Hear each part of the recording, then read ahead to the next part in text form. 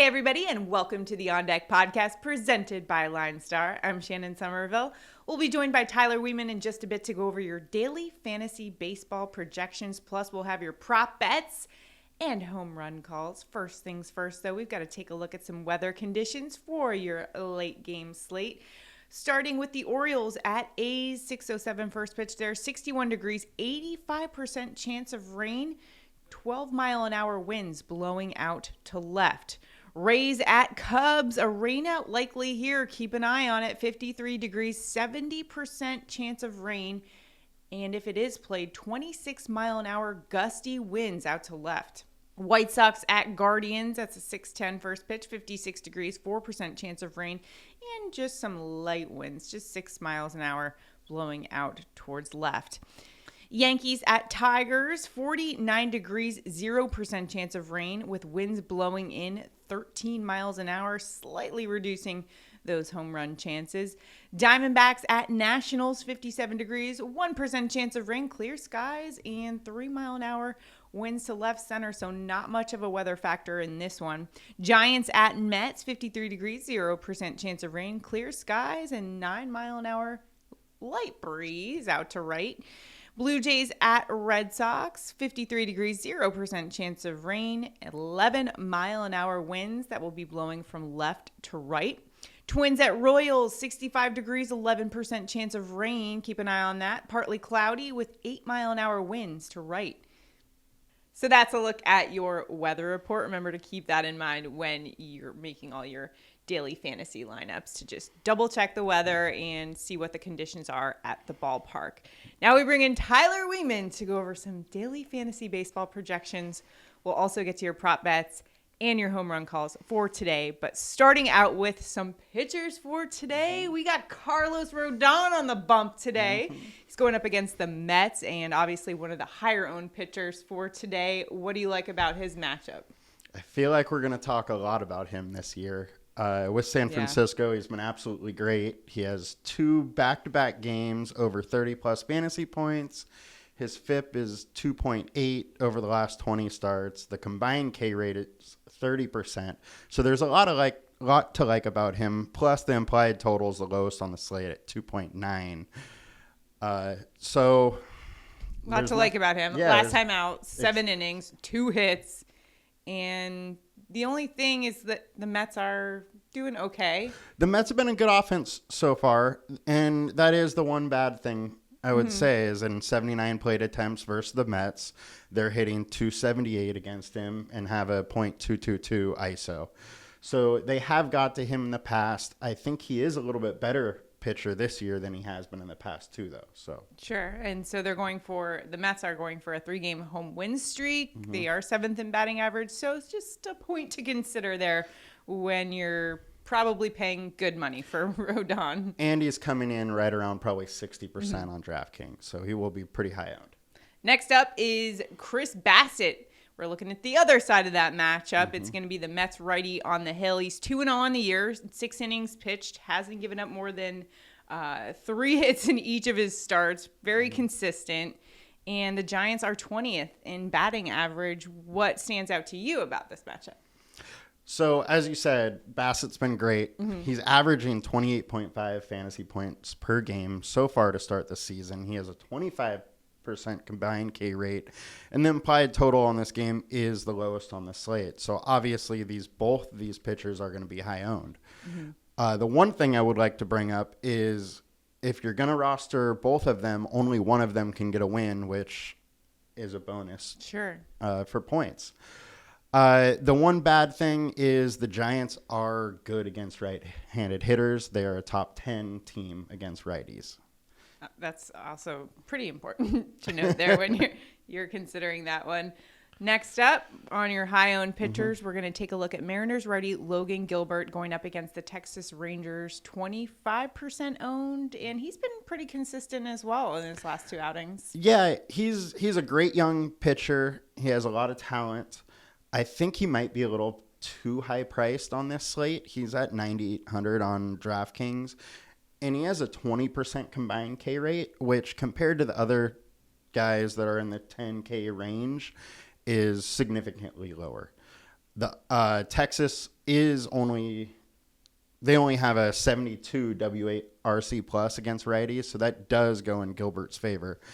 However, against Texas, the BVP data is showing that they've got to Gilbert a little bit. They're hitting 290 versus Gilbert and 31 plate attempts with only a 16% K rate. So I do like Gilbert as a pitcher. I don't know if the upside's there today. Sure. Especially being one of the higher owned guys. So talking about upside, we got to look at some of the lower owned pitchers for today. And Eric Fetty, the Nationals righty, going up against the D-backs. He's given up 2 earned runs in 5 innings pitched in each of his first 2 starts. And Arizona, last in batting average, just 156 as a team. Woof. Yeah, that's right. They've been awful, and that's a big reason why I'm thinking I want to go to a Washington starter. Sure. Fetty's averaging 5.5 strikeouts per game so far to start the season. He has a 21 combined K rate, which is higher than Gilbert, and he's pretty much half his owned. Arizona is also striking out 29% against righties, so maybe there is a little more upside there than we're giving them credit, and they have a low 72 WRC plus. And then in 22 plate attempts, Arizona is only hitting .105 versus Fetty. So love to exploit that matchup. Exactly. Now taking a look at Merrill Kelly, the D-backs righty. On the other side of that matchup, he hasn't allowed a run this season in 9 1/3 innings. And as I was doing my research, I saw that he had a retooled changeup that he worked on this offseason. He's using that 8% more, and his strikeout percentage has gone up considerably as well. So when you look at him, how does he play into this into daily fantasy? Yeah, so far, as you mentioned, the strikeout percentage, he's showing like a 34% K rate so far this year, and that's probably a little high compared to where he will be. I would expect some regression. Sure. But all in all, it's a very good thing to note. It's a small sample size. The combined K rate we're seeing is 21%. Now, that is going to be off a lot of the data from last year. So the combined K rate with the new changeup could be a little bit higher. Kelly also profiles very similarly to Gilbert, but he's $2,000 less. And Washington's a bottom 10 offense versus righties. So it could be just the right price for you if you exactly want to pay up for some nice high-owned stacks that we're about to get into. So let's first take a look at Minnesota at Royals today. It's going to be the lefty Daniel Lynch for them, and he got shelled last game against the Cardinals, giving up 6 earned runs, 3 of those home runs. So is that what you're exploiting today? Absolutely. Lynch to righties has just been giving up hard contact. He's giving up almost a 400 WOBA, over a 200 ISO, and Twins are likely going to have at least 6 righties in the lineup.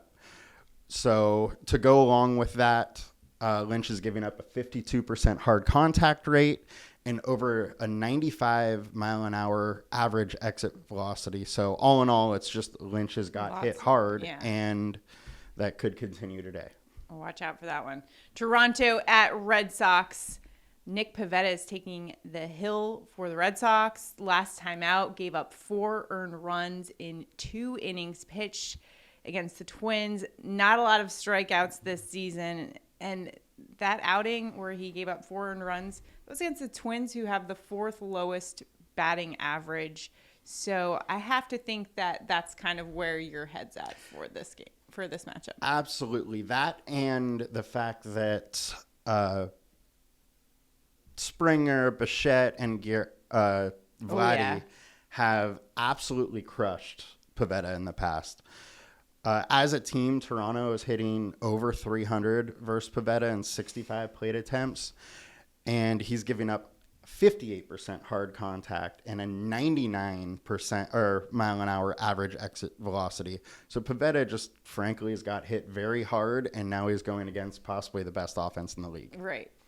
definitely some fireworks in the forecast for that matchup. Taking a look at some lower owned stacks, you have Boston on the flip side of this going up against Jose Berrios, who had a disastrous first outing. Last time out, gave up 3 earned runs, including 2 bombs against the Yankees and 5 innings pitched. But we do know he's a talented pitcher who's got the ability. What do you see from him in today's matchup? Yeah, I'm kind of wanting to pick on him because he's been so bad to start the season. He's given up 7 runs and he's had 5 walks and 5.1 innings. He's given up 95 mile an hour average exit velocity and a 45% hard contact rate. And we all know the Boston offense is really good. So I'd like to pick on that. Boston also hits righties hard, and they have a 260 average, over a 200 ISO, and only strike out like 20% of the time versus right-handers. So I just don't think this matchup is one that's going to be good for Berrios. And all in all, I think this game could be high scoring. It is a 9 total. I could see it going over. And it could take Berrios maybe a game or 2 more to kind of settle into the season. You know, I know what we're seeing with a lot of pitchers is maybe a few games to kind of get almost like a get right couple of games to start the season. Absolutely. I mean, there was a shortened spring, so some of these pitchers are not in their midseason form yet, and Berrios may be one of them. All right. Well, how about Chris Paddock? You were picking Kansas City for another low-owned stack, former Padre, who gave up 3 earned runs in 4 innings last time out against the Dodgers. What do you like about the Royals matchup today? So Chris Paddock has some talent. He is very good through the lineup twice. And then after twice, he ends up getting hit. To go along with that, Minnesota has really bad relief pitching. They're the 3rd worst relief pitching team in the league. So that is something I kind of want to exploit. The other thing is that Paddock throws 60% four-seam fastballs. That is the pitch, his go-to, what he just continually throws. And on the season so far, his velocity is down 2.8 miles an hour, which could be significant when you're relying on a fastball. Lastly, the total's 9, just like the Boston and Toronto game.